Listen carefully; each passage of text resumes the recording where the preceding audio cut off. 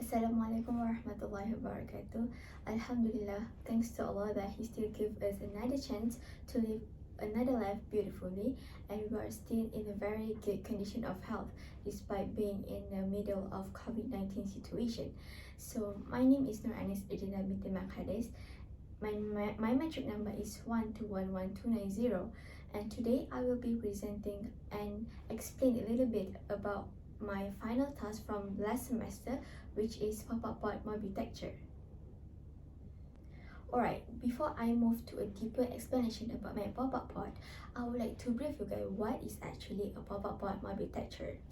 So pop-up pod multi-texture is basically a space that is portable to move around and carry things.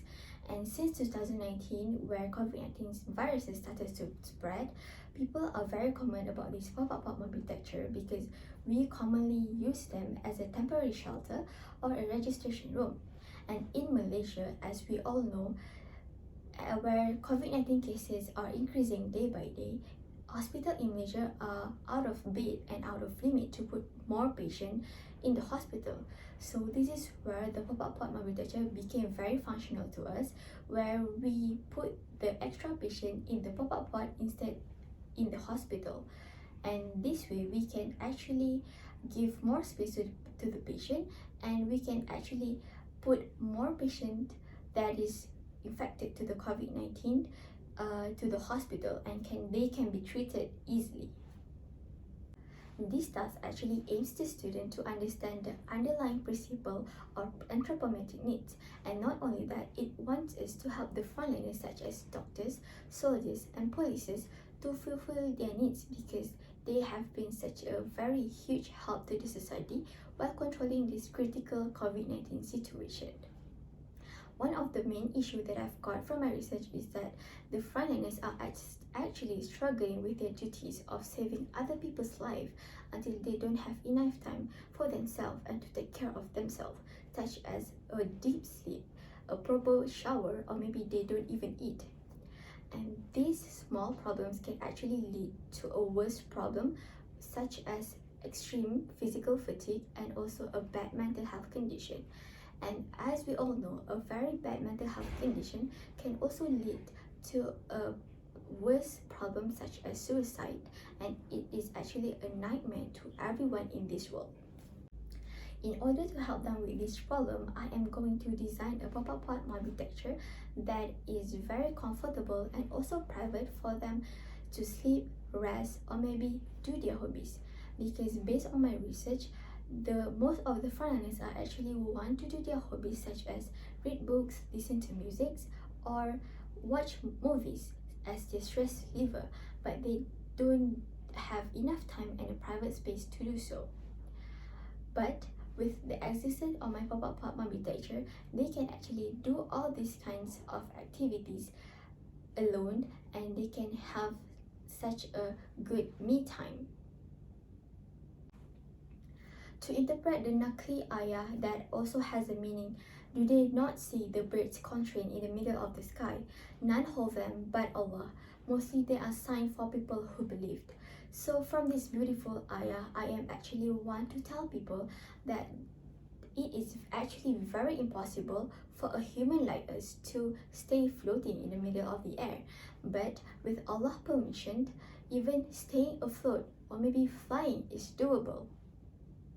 Okay, now I will move to the next part, which is my ideation, where I actually inspired to do this kind of design for my pop-up pod multi-texture.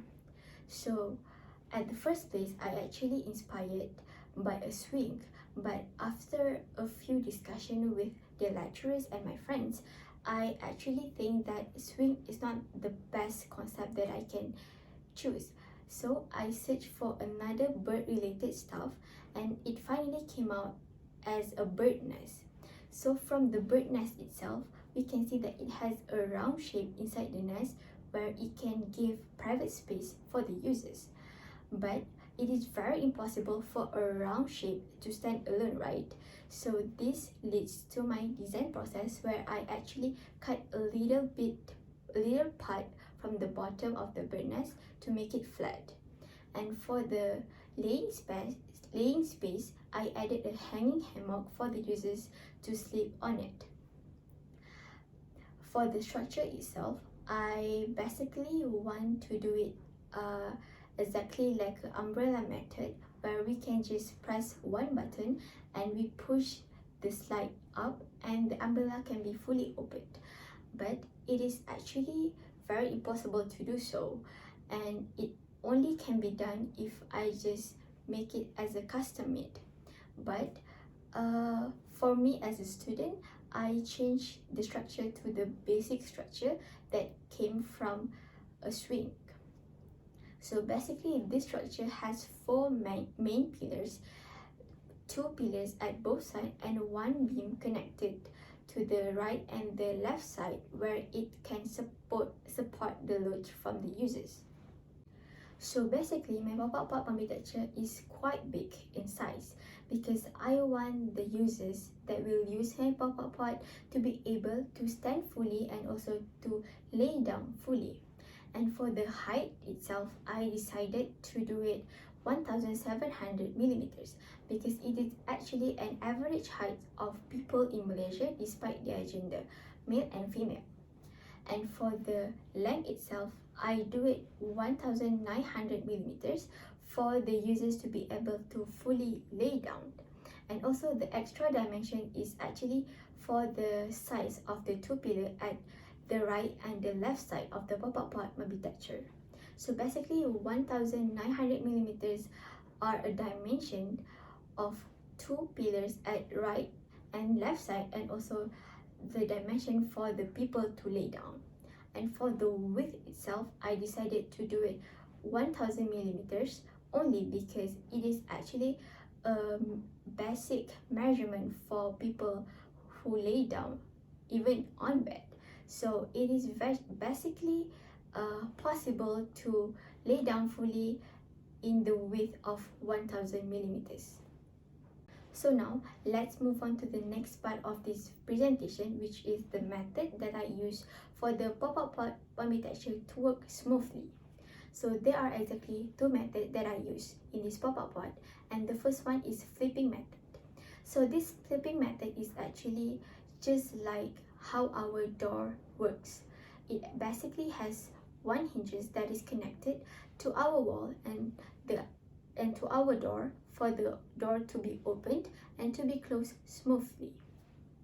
And the second method is exactly the same, just like the metal portable staircase.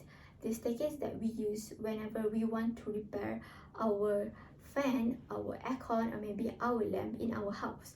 Not the staircase that is connected permanently to our house. So this portable metal staircase has one spreader at each side, the left and the right side, and this spreader actually helps the staircase to be open and to be closed smoothly. So these two methods can actually help my pop-up pod architecture to work very efficiently. Despite being quite big in terms of size, this pop-up pod architecture is actually very easy to store, and we can call it as a transportable strategy. There are only 4 steps for the pop-up pod architecture to be open or to be closed. So the first step is basically we unlock the latch that is connected at the top of the beam. So the beam can be divided into two. As for example, the length of the pop-up pod architecture is initially 1900, right? So after we unlock the latch, the side can be decreased by 2 and it became 800 millimeters only. And the second step is that we need to push up the spreader that is connected to the two pillars at each side, the left and also the right side. So after we push up the spreader, the dimension of the width can be decreased by 2 also. And this can help the users to store the pop-up pod architecture. But after these 2 steps are done, there is only one more problem that is seemingly to burden the users, which is the height of the pop-up pod architecture. So to overcome this problem, I actually applied the first method back to the 4 pillars, which is the flipping method. So from this method, the users can actually flip the 4 pillars into 2, and the dimension of the pillars can be decreased by 2. And as for the pillars itself, even though I said the height is 1700 only, the length of the pillars are actually more than that, because the way I structured the pillars are actually slanted. So the length of the pillars is actually 1800. So after the flipping method are done, the dimension of the pillars can be decreased by 2, and it became only 600 millimeters. And also for the last step, and that is the easiest step in this transportable strategy, is that after we already close all the pop-up pop architecture structure, we can actually put the structure into a bag, and we can carry them just exactly like the way how we carry our luggage, and we can just bring like that. So for this part of this video, I will explain you guys about the construction and materials. And in this part, I will explain you guys how I construct the details and how I put all the items for the pop-up pod to work efficiently. So the first part of the pop-up pod that I will explain is at the beam. As I've mentioned earlier, at the beam I applied the flipping method, and for this method to work efficiently, there is only 2 items that I need, which are the latch and also the hinges. And the details of this part is basically after we unlock the latch that is connected at the bottom of the beam, after we unlock the latch, the hinges that is connected at the top of the beam can help the 2 woods to be divided into 2.